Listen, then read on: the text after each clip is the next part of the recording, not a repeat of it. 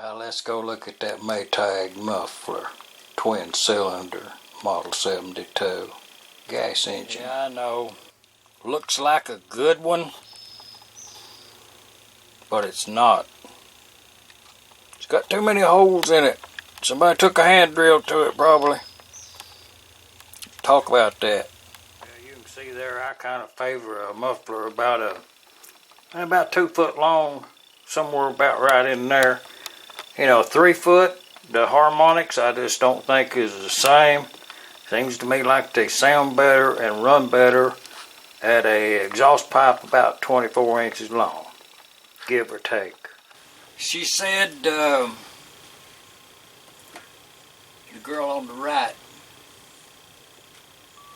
she says, when you go tell them about them mufflers, how you feel about them mufflers on them Maytag twin-cylinder gasoline engines, come on a wash machine engine. When you gonna tell them? Give them advice that they ain't gonna get somewhere else. So the lights has already been trimmed. The day's projects is finished, and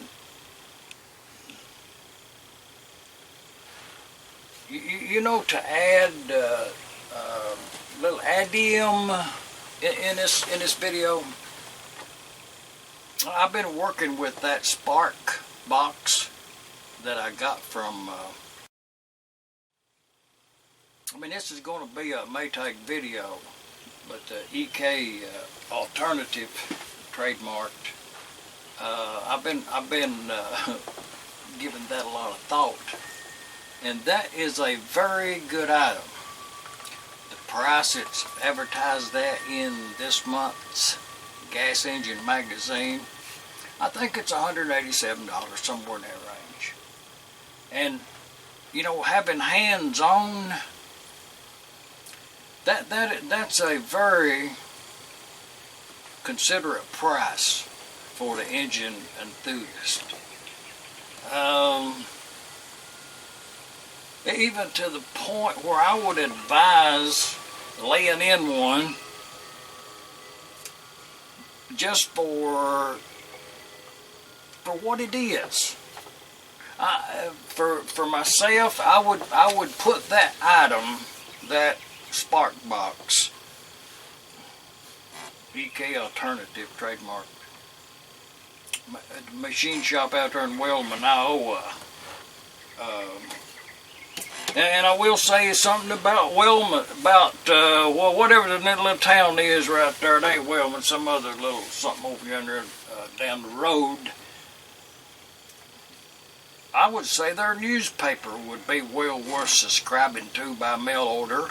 Get the printed copy in hand. Quite amusing little newspaper. I'm just saying, entertainment at its best, from a little town in Iowa. So, with that aside, thumbs up to that spark box. That is a very good item. And the spark on it is one of the most easiest understood if you know your engine. The adjustment on that is it's a very good for engineering at its best. That's the way I'm gonna call it, engineering at its best. To be that Maytag video, the inspiration, what started it all, is it was a comment. You know what I mean? On my channel on the YouTube, there was a comment on yonder. When did I gain my affinity, my like, my wind chimes? Winds are getting up a little bit. Very, very pleasant. Rustling of a tarp there to keep the sun out. Take a minute, just take a pause to relax. Light a candle if you're indoors. Maytag mufflers. why it's important to even bring it up here on the YouTube. I mean, to use up our space, why is it important that they would be a video with that label on it? Well, the reason is it is super quite important. A 2-cycle engine is all this Maytag engine here, twin cylinder.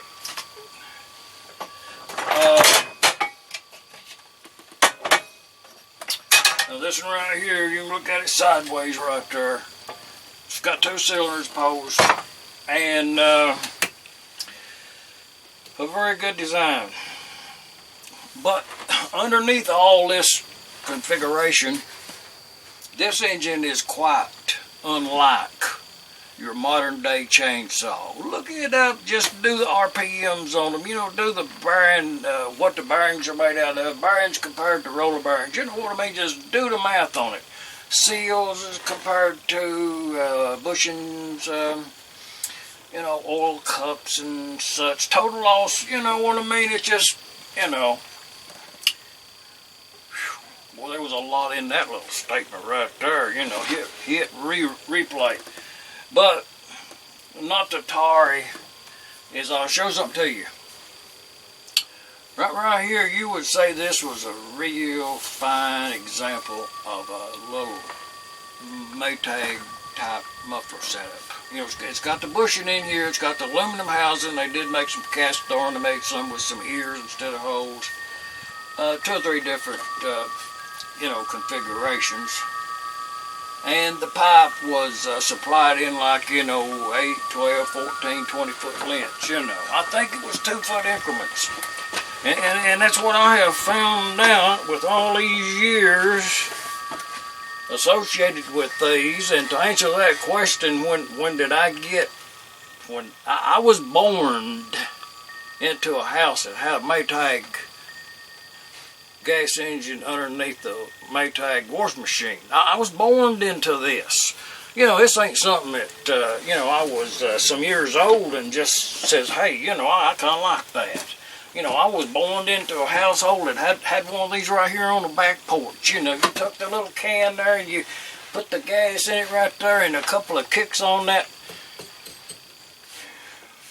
motor and it was off running. To the point where that washing machine, I remember it to today, some years later, memory, had to tie the washing machine to, you know, took some old sheets and ripped them up and made a little small rope tied to the leg on that washing machine and then tied it over to the doorknob so that washing machine wouldn't vibrate off the end of the porch down there because the ground wasn't too good and the rock sunk up and that end of the porch was a little low. And that washing machine would work right off into the yard. Done it 2 or 3 times till he got that rope deal tied up there. And I mean, it's just memories from my childhood, you know. But bar that, growing up with them, seemed that they have attracted me, or I've attracted them all of these years up to the point where I own this muffler right here, and it ain't too much good. You know what I mean? I own this. This is a original 2-cylinder, twin-cylinder washing machine engine made with Maytag. Got the number on it there. It's got the logo, you know, the little emblem right there sideways like that right there. But see, somebody almost ruined this. No, I tell you what. Someone in the past ruined this muffler to be used on a Maytag. And I say that with some conviction and some education. You know what I mean? Trial and error, even to read it in the book. Study about it to some length.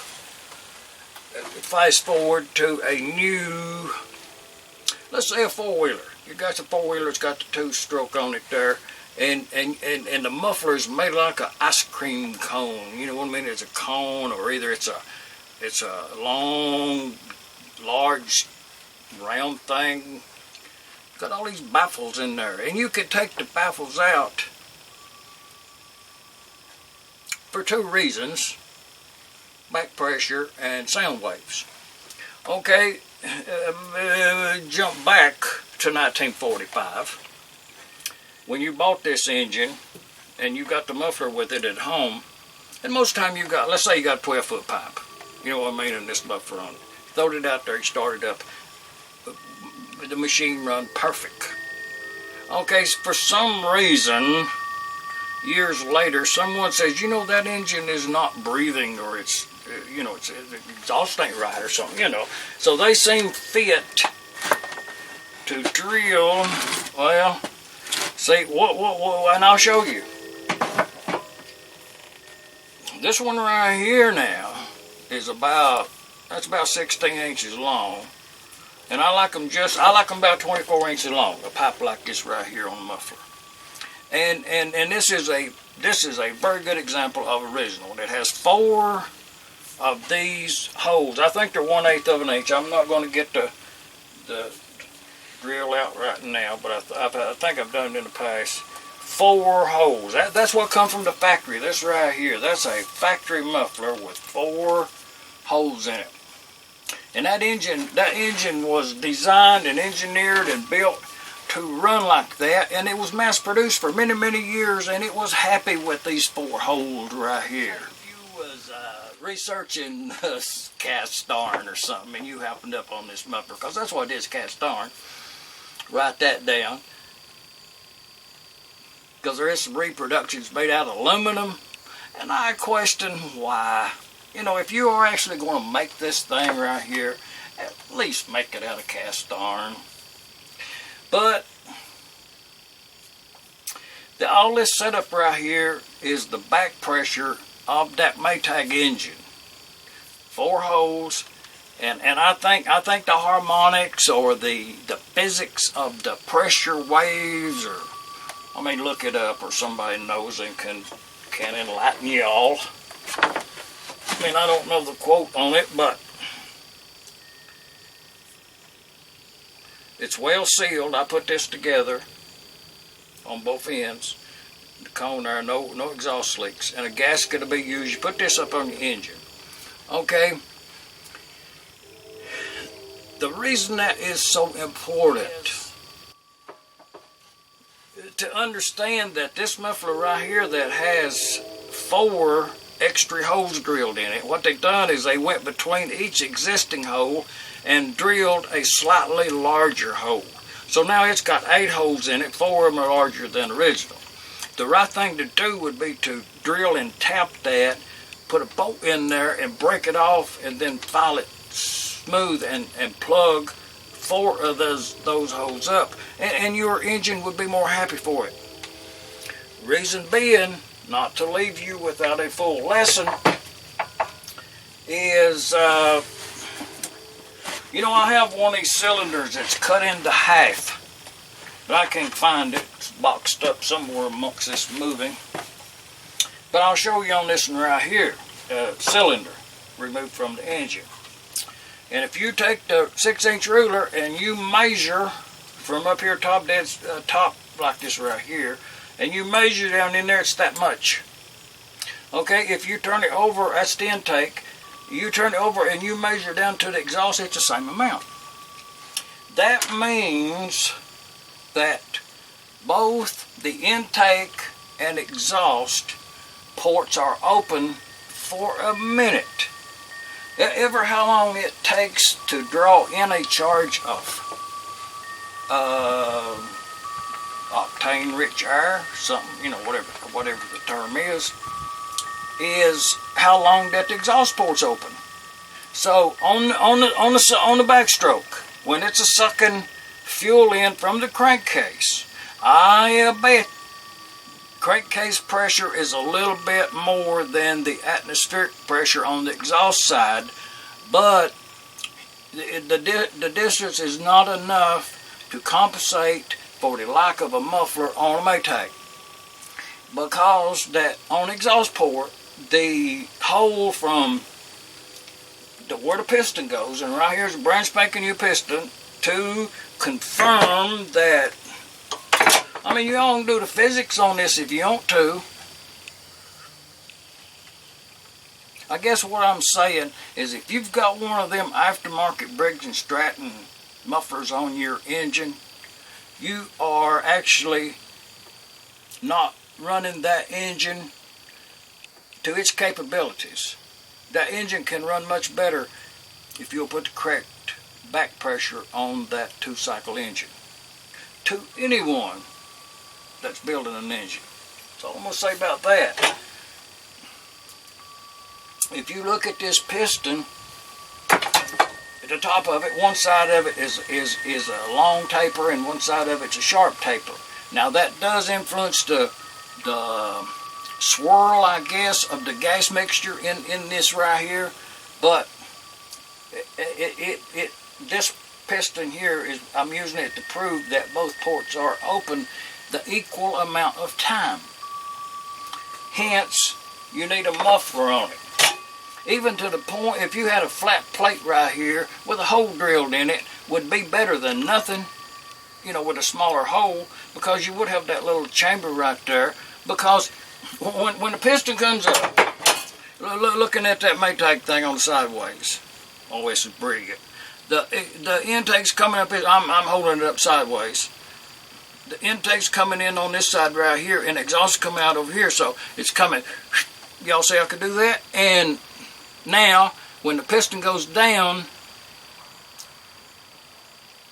it sucks both sides equally. So it's gonna bring this exhaust back in, and if you have already blown that exhaust out to affinity, then when the air you drawing back into that cylinder is it's fresh air. It's got no fuel in it. Just think about it, man. I mean, this ain't even Wednesday night I'm talking about. That back pressure, you know what I mean? Look it up. Look it up.